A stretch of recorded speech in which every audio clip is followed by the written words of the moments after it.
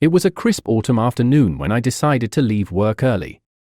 The usual buzz of the office had dwindled into an unnerving silence that grated on my nerves, pushing me out the door. I thought a surprise dinner with my wife, Elena, would be a perfect way to shake off the day's stress. Little did I know, the real surprise awaited me at home. As I approached our quaint, ivor-draped house, something felt off. The front door, usually locked to a point of frustration, wouldn't open despite the key turning smoothly in the lock. Puzzled, I pressed my ear against the coldwood, my heart skipping a beat at the unmistakable sound of moans, intense and feminine, echoing through the gap beneath. "Damn it!" The words left my lips in a hiss as my hands balled into fists.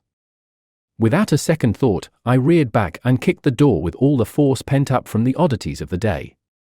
It swung open with a violent groan, revealing the once familiar hallway now shadowed in deceit.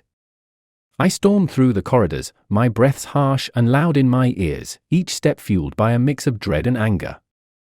The moans grew louder, more fervent as I neared the bedroom, the sanctuary of our love turned stage for betrayal.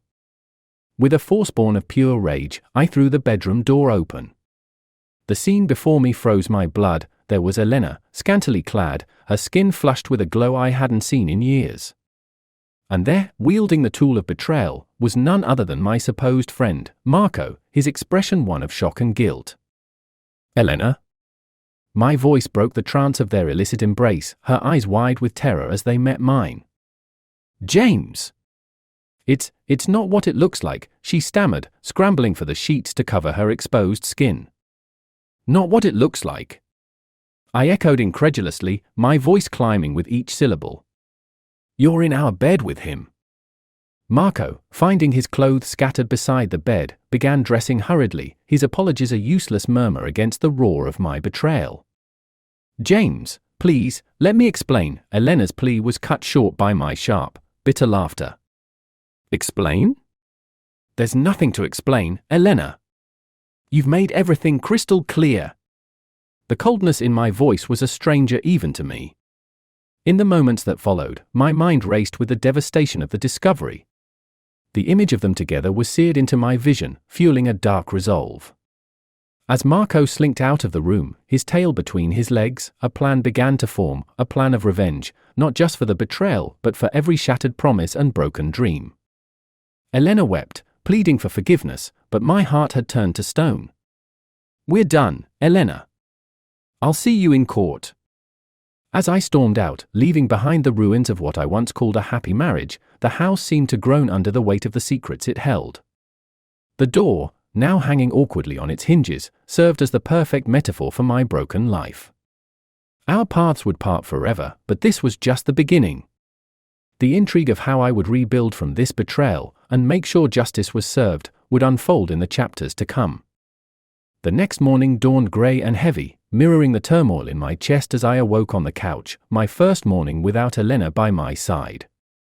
The events of the previous day replayed in my mind like a cruel loop, each detail sharper with the dawn's sobering clarity. But today was not for wallowing, it was for action. After a quick shower, where the cold water did little to quench the fire of my anger, I dressed with a mechanical precision. Today, I would confront Marco, and I needed to be sharp, calculated. I grabbed my phone and keys, the weight of the former now a reminder of the texts I'd seen, the calls logged late into the night. I found him at the local cafe where he usually started his day, sitting outside, his face buried in a newspaper, feigning normalcy. The sight of him stirred a tempest within me, but I approached with a deceptive calm. "Marco." My voice was even, too even. He looked up, his face draining of color as our eyes met. "James, Save it." I slid into the chair across from him, my eyes never leaving his. "You owe me an explanation." Marco swallowed, his hands trembling as he set the newspaper aside. "I know what I did was wrong, James. I don't have any excuse." "You're right about that," I said, my voice laced with venom. "You betrayed me. With my wife, Marco." "How could you?" He winced, as if the words were physical blows. "It just happened. I was helping her set up the surprise party for your birthday, and one thing led to another. A surprise party? I scoffed, the irony bitter on my tongue. That's how you do it? By sleeping with her? Marco looked down, shame finally etching his features. Shame finally etching his names. Truly, I am. Sorry doesn't even start to cover it, I snapped, my fist clenching under the table. The cafe around us buzzed with morning chatter, oblivious to the showdown. You both destroyed everything I valued. And for what? A fling? I never meant to hurt you, he muttered, his voice barely a whisper. But you did, Marco. And now, you're going to help me. His eyes shot up, puzzled. Help you? With what? With my divorce. You're going to testify. Admit everything. It's the least you can do. My words were cold, calculated, leaving no room for argument. Marco nodded slowly, the weight of his betrayal grounding him. Okay, James. I'll do whatever it takes to make this right. Good. I stood, the chair scraping loudly against the pavement. And Marco, if you ever come near Elena or me after this is over, it will be the last mistake you make. I left him there, surrounded by the remnants of his morning routine, now shattered by the truth. As I walked away, a plan began to form, not just of legal retribution, but of personal revival. Elena would get her papers today, and with them, a clear message: I was not just a man scorned, but a man of action. This betrayal would forge a new path for me, one where I controlled the narrative. The game had just begun, and I was playing for keeps. The air was crisp and biting as I walked up to the law office, my strides purposeful.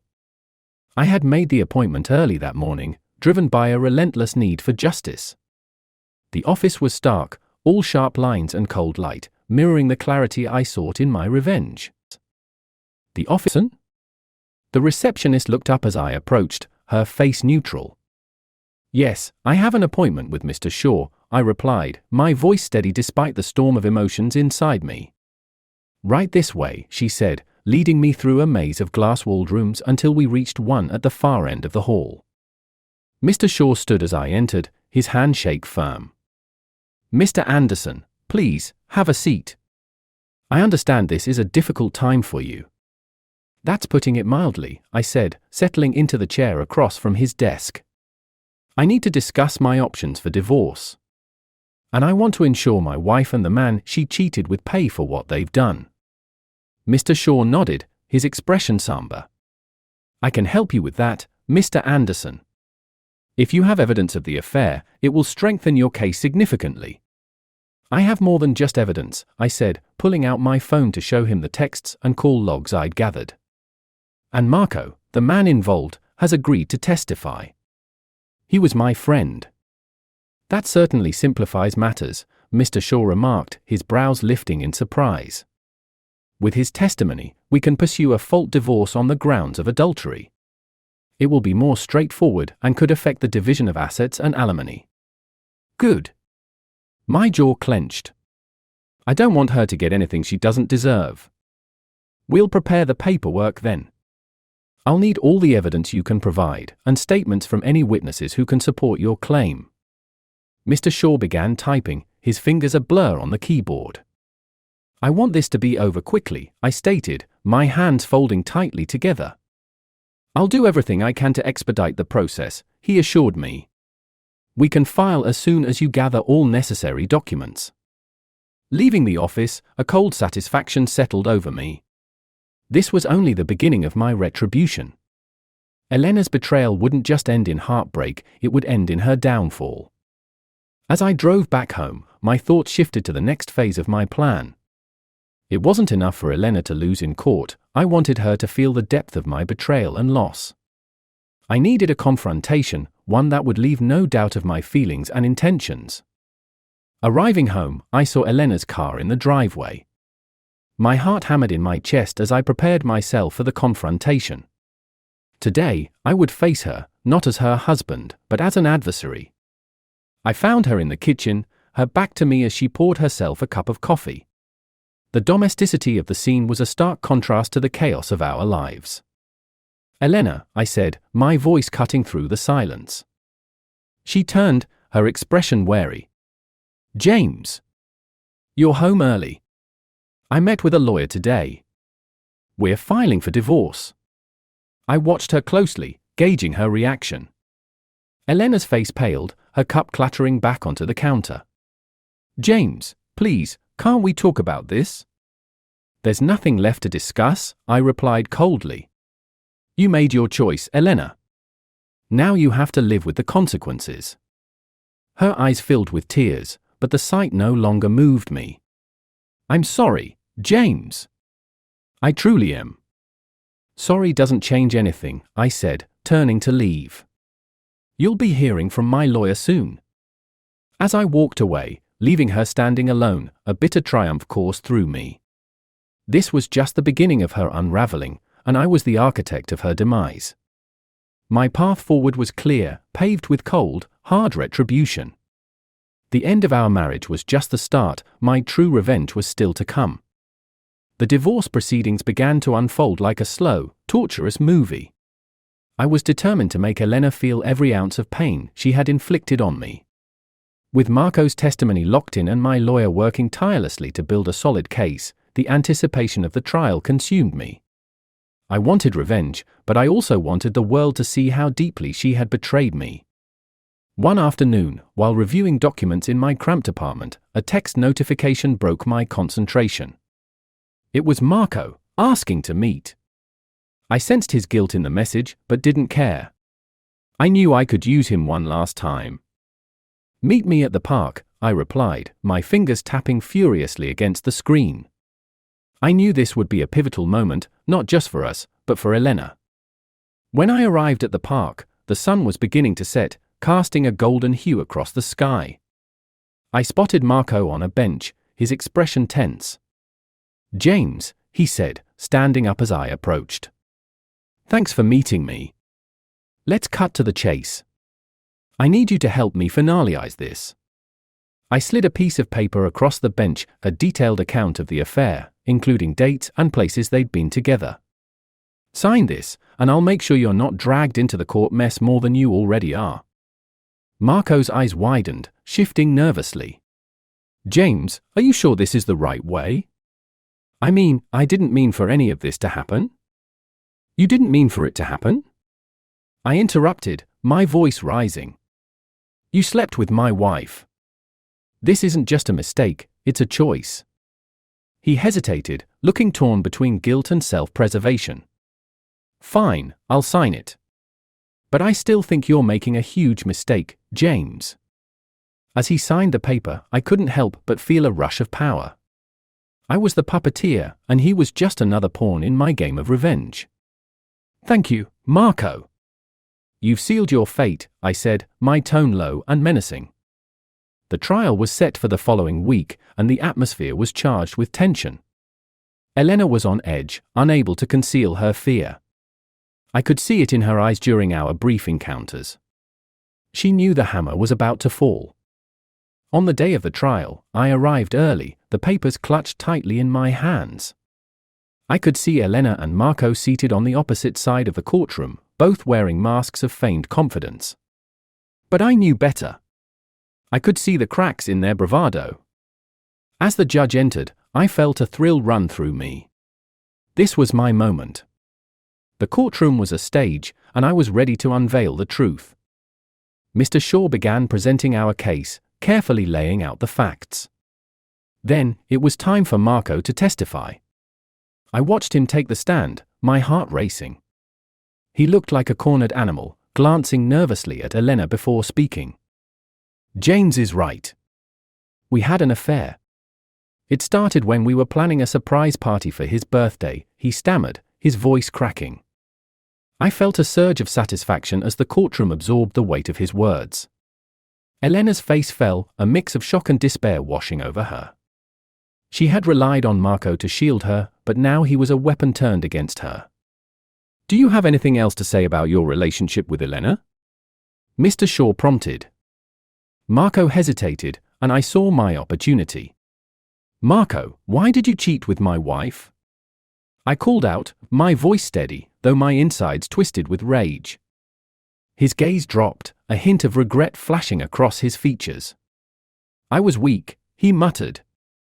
"It just happened." "Just happened?" I spat back, standing to face him. "You don't just happen to betray someone. You made a choice." The courtroom fell silent, the tension palpable. Elena's composure shattered, tears streaming down her face as she realized the full extent of her betrayal. In that moment, the facade of civility collapsed. "James, please," she pleaded, her voice breaking. "I love you." I was confused. Confused? I mocked. "You were so busy satisfying your desires that you forgot about the life we built together." The judge banged the gavel, attempting to restore order, but I was beyond listening. I had come here to make them feel every bit of the pain they had caused. As the trial progressed, I witnessed a transformation in Elena. The guilt and shame morphed into resentment. After the court session ended, she stormed toward me, her face contorted in anger. "You think you can just ruin my life like this? You'll regret it." I stepped forward, my heart racing with adrenaline. "Regret? I'm just getting started, Elena. You and Marco are going to pay dearly for this." Her eyes blazed with fury, and for a moment, I saw a glimpse of the woman I once loved. "You're a monster, James. This isn't justice, it's revenge, and you'll never be happy." The courtroom buzzed with whispers as our exchange echoed in the air. I couldn't care less. All I saw was betrayal and hatred. I turned to leave, the weight of my decision bearing down on me. But as I reached the door, a cold realization hit me. This was more than just revenge, it was a dark spiral I had willingly stepped into. My heart, once full of love, had become a vessel for anger and retribution. I had chosen to destroy, and in the process, I was losing myself. The weeks following the trial were filled with legal battles, but the emotional toll was far more devastating. Elena and Marco were united in their guilt, a twisted bond formed through their shared deception. They were the betrayers, but I had become a part of that betrayal as well, driven by the need for vengeance. In the end, our lives fractured beyond repair. The courtroom battle had taken everything: our marriage, our friendship, our dignity. I stood on the edge of a precipice, realizing that in seeking to ruin them, I had inadvertently ruined myself. The day the divorce was finalized, I stood alone in the office, the paperwork cold and unforgiving in my hands. There would be no more confrontations, no more battles. Just silence, a heavy, suffocating silence. As I walked out of the office, I felt a profound emptiness wash over me. I had sought retribution and found only desolation. Elena and Marco had parted ways with their guilt, but I was left to carry the burden of my own choices. In my pursuit of revenge, I had sacrificed the one thing I had fought to keep: my humanity. And so, we parted forever, not as enemies, but as ghosts of what we once were, trapped in a cycle of hatred and betrayal that would echo in the silence of our lives.